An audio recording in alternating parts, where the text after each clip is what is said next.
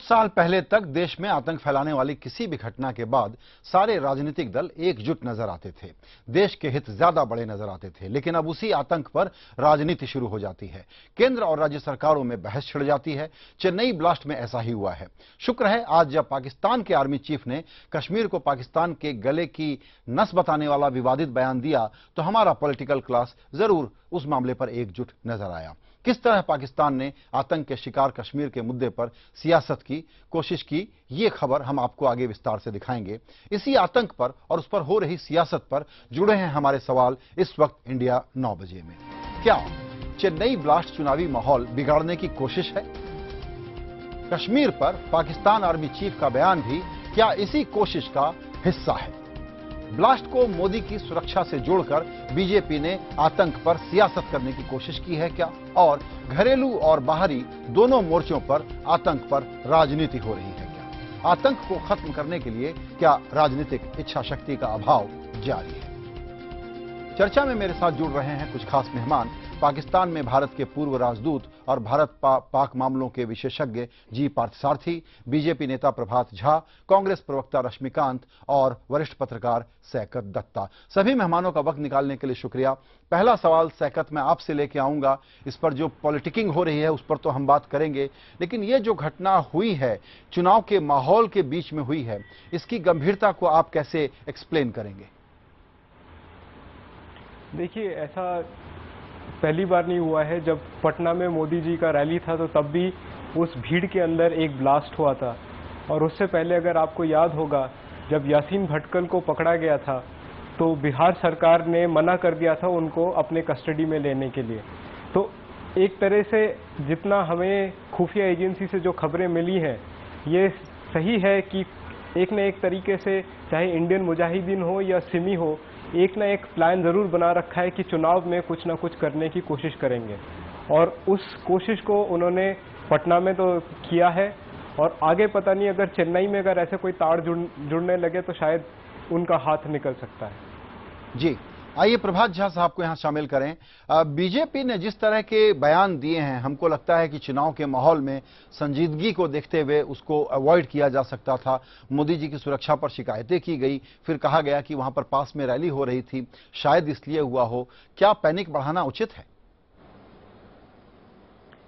घटना बुरी है, घटना नहीं होनी चाहिए। आतंकवाद से देश जूझ रहा है और आज से नहीं जूझ रहा है, 232 जिलों में जूझ रहा है। अभी तक 114 लोग मारे जा चुके हैं। इसी वर्ष 2014 में 77 आतंकवादी भी मारे गए हैं। सवाल यह है कि क्या अपनी नेता की सुरक्षा की बात करना गुनाह है? क्या आप इसे सियासत कहेंगे? क्या सुरक्षा के लिए आगाह करना यह कोई बात नहीं होती? क्या ऐसी बात नहीं करना चाहिए? क्या सतर्कता प्रिकॉशंस नहीं लेने चाहिए? अगर ऐसा लिया गया तो क्या आपकी भाषा में इसे सियासत कहा जाएगा? मैं समझता हूं कि यह सियासत नहीं है। सियासत तो इस पर वर्षों से की जा रही है। यह समय तो आगाह करने का है कि अपने नेता को भी हम कहें, अन्य नेताओं को भी कहें कि सुरक्षा प्रदान करनी चाहिए।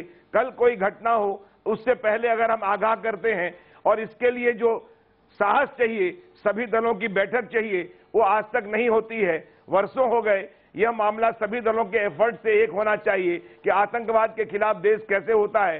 पार्लियामेंट में भी इस पर एक बार नहीं अनेक बार बहुत सारी बातें पारित हुई है। पोटा हटाकर टाडा लाया जाता है। इसलिए मैं मानता हूं कि इसको इस निगाह से, सियासती निगाह से न देखें, इसे यह देखें कि प्रिकॉशनरी अपने पार्टी के बारे में जब चुनाव चल रहा है तो ऐसी बात कहना कोई गलत बात नहीं है। जी, रश्मिकांत जी, ये कहा जा सकता है कि इसके पहले जो चुनाव हुए हैं उसमें कोई गंभीर वारदात नहीं हुई है, ऐसे पुख्ता इंतजाम रहे हैं चुनाव के प्रचार के, चुनाव के दरमियान। लेकिन कई घटनाएं हो गई हैं। कुछ नक्सलवादियों की घटना है, कुछ कश्मीर की घटना है, और ये बम ब्लास्ट की घटना है। आपको क्या नहीं लगता कि अगर विपक्ष ये शिकायत कर रहा है कि जितने मजबूत इंतजाम होने चाहिए, जितना प्रिकॉशनरी कदम उठाया जाना चाहिए, वहां कोई ना कोई ढिलाई तो हुई है? देखिए, मुझे लगता है कि मोदी जी जो 2-4 दिन पहले बोले ये दिल मांगे मोर, ऐसा लगता है कि ये दिल मांगे मोर सिक्योरिटी के लिए है, अपनी सिक्योरिटी के लिए। आज अगर आप 3 लफ्ज एसपीजी निकाल दें, उसके बराबर की सिक्योरिटी सुरक्षा श्री नरेंद्र मोदी जी को दी गई है। नहीं, मोदी जी की सुरक्षा वाली बात आप बिल्कुल ठीक कह रहे हैं। मेरा सवाल यह है कि जिस प्रकार से इस चुनाव को कंडक्ट करने के लिए थोड़ा ओवर प्रिपेयर्डनेस दिखना चाहिए, उसकी कमी आपको नहीं दिख रही है क्या पूरे देश में? देखिए, ये पूरा चुनाव है, 7 हिस्से इसके हो चुके हैं, कोई बड़ी वारदात नहीं हुई है। एंड भगवान करे कि अगले 2 फेजेस में भी कोई बड़ी वारदात ना हो। तो मैं मानता हूं कि ये बहुत ही संजीदे तरीके से चुनाव हुए हैं। इसमें सुरक्षा का बहुत ख्याल रखा गया है और कोई बड़ी वारदात ना होने के पीछे सरकार की एक बहुत बड़ी सोच है। सरकार ने बहुत संभल को किया है, इसीलिए 2-2.5 महीने ये चला ताकि सिक्योरिटी फोर्सेस की कमी ना पड़े, उनको एक जगह से दूसरी जगह मूवमेंट करनी पड़े। तो मैं इस चीज से बिल्कुल असहमत हूं कि इसमें सुरक्षा के कड़े कदम नहीं उठाए गए हैं और ठीक तरह के कदम नहीं उठाए गए हैं। जी, पार्थसारथी साहब, आप कैसे देखेंगे कि एक ठीक ठाक सा चुनाव हो रहा है, कुछ वारदात हो सकती है इतने बड़े देश में, या ऐसे वक्त में जब हो रहा है ये इस तरह का किस्सा, तो आपको लगता है कि कुछ लोगों का एक इरादा है कि चुनाव के इस माहौल को बिगाड़ा जाए बिल्कुल फाइनल फेज में जाते हुए? देखिए, हमें गर्व से कहना चाहिए कि भारतीय चुनाव जो है ये दुनिया के इतिहास में एक अभूतपूर्व डेवलपमेंट है। कभी दुनिया के इतिहास में 60 करोड़ लोग, 130 करोड़ लोग जाकर मतदान करना ये कोई छोटी बात नहीं है। आप दुनिया के प्रेस को देखिए, जिस तरह से तारीफ की जा रही है भारत की। हमारी आर्थिक प्रगति का शायद ना करें, हमारे राजनीतिक के लोग शायद ना करें, लेकिन भारतीय जो लोकतांत्रिक परंपराएं हैं, जो हमारे चुनाव हैं, सारी दुनिया में ये एक अद्भुत चीज मानी जाती है। सो इसके बारे में हमें कुछ गर्व रखना चाहिए। दूसरी बात यह है, मैं समझता हूं कि कोई ऐसी राजनीतिक पार्टी नहीं है जो इस चुनाव की प्रक्रिया को बदनाम करना चाहे। तो मैं समझता हूं किस तरह के एलिमेंट हो सकते हैं जो? देखिए, अभी एलिमेंट ये हैं कि जो भी, एक तो माओवादी तो है ही, इसके अलावा जो चुनाव हमें आ रही है वो इंडियन मुजाहिदीन से आ रही है। अब इसके 2 रिएक्शंस हैं। एक, इसका राजनीतिकरण और कहना कि ये किसी समुदाय से जुड़े हुए हैं। नहीं, कोई ऐसे समुदाय नहीं जो आतंकवाद को प्रोत्साहन देते हैं। तो मेरी राय में चुनाव अच्छा चला है। इस तरह के जो इसके पीछे कोई बहुत बड़ी साजिश है नहीं, और अगर है भी तो उसका असर, मैं नहीं सोचता हूं कि कोई साजिश करने वाला है। ये हुआ नहीं है। एक बार जब पूर्व प्रधानमंत्री राजीव गांधी की हत्या हुई, वो भी इसलिए हुई कि जो लोग थे वो विदेशी नागरिक थे जी, श्रीलंका के नागरिक थे जो उसमें मिले हुए थे। हाँ, लोकल्स भी कुछ थे, लेकिन बड़ी कड़ी कार्रवाई की गई और जिस पार्टी वहां शासन में था, इतना बुरा पराजय उन्हें मिला जी कि वो कभी भूलेंगे नहीं जी। तो भारतीय लोकतांत्रिक में एक अंदरूनी शक्ति है जी, इस पर हमें विश्वास करना चाहिए। हाँ, कमियां हो सकती हैं और मैं समझता हूं इसके बारे में कंप्लेन करना ये स्वाभाविक है। बिल्कुल ठीक बात है। इस पूरे चुनाव प्रचार के बीच में अचानक कश्मीर को लेकर के थोड़े से उबाल देने वाले बयान आए और इस बीच में पाकिस्तान के नेताओं को भी लगा कि कुछ बयान देना जरूरी है, उस पर नजर डालते हैं। अभी तक आपको हमने घरेलू मोर्चे पर जो तस्वीर आई थी उस पर बात करते हुए बताया। उस पड़ोसी मुल्क से जुड़ी हुई एक खबर बताएंगे। दहशतगर्दों के आतंक से बेहाल कश्मीर पर सियासत से बाज वो नहीं आ रहे। पाकिस्तान के आर्मी चीफ ने कश्मीर को पाकिस्तान की जुगुलर वेन यानी गले की संजीदा नस, संवेदनशील नस बताया है। जनरल राहिल शरीफ ने कहा है कि कश्मीर विवाद को सुलझाने में कश्मीरी अवाम की राय ली जानी चाहिए। कल ही पाकिस्तान के गृह मंत्री ने यह विवादास्पद बयान दिया था कि अगर मोदी भारत के प्रधानमंत्री बनते हैं तो इलाके का अमन खतरे में पड़ सकता है।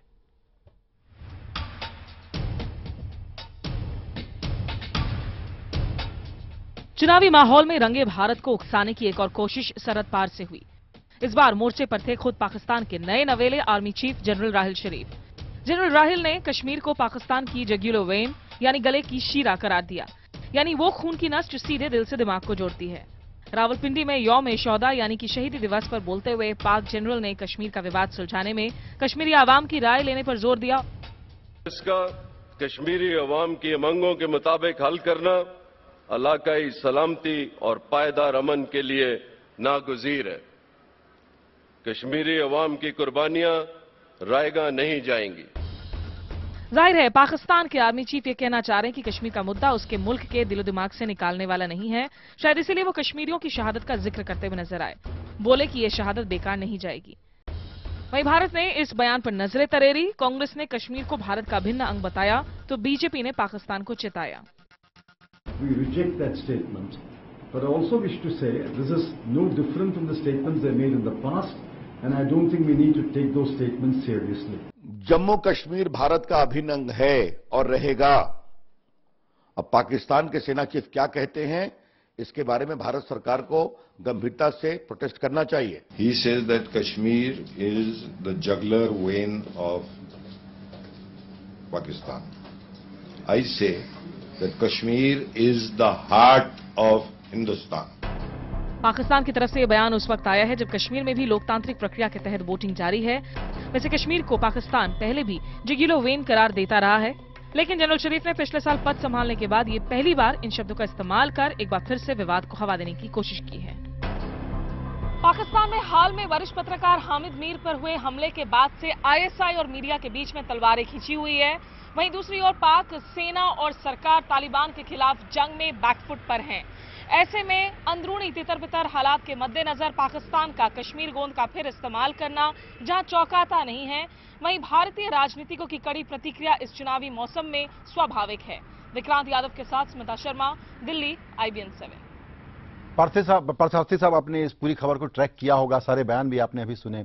पाकिस्तान हमारे इस चुनाव में ऑलरेडी बहुत गर्मी है, ये आउट ऑफ टर्न क्यों बोल रहा है? अच्छा, जब ये गला के नस कह रहे हैं, मुझे याद है जब मैं पाकिस्तान में था, किसी सैनिक अफसर ने मुझे कहा कश्मीर हमारे गले का नस है, तो मैंने कहा 50 साल गुजर गए हैं आज़ादी के बाद, क्या 50 साल आप गले के नस के बिना जीते आ रहे हैं? तो गले का नस, पता नहीं ये शब्द क्यों इस्तेमाल करते हैं।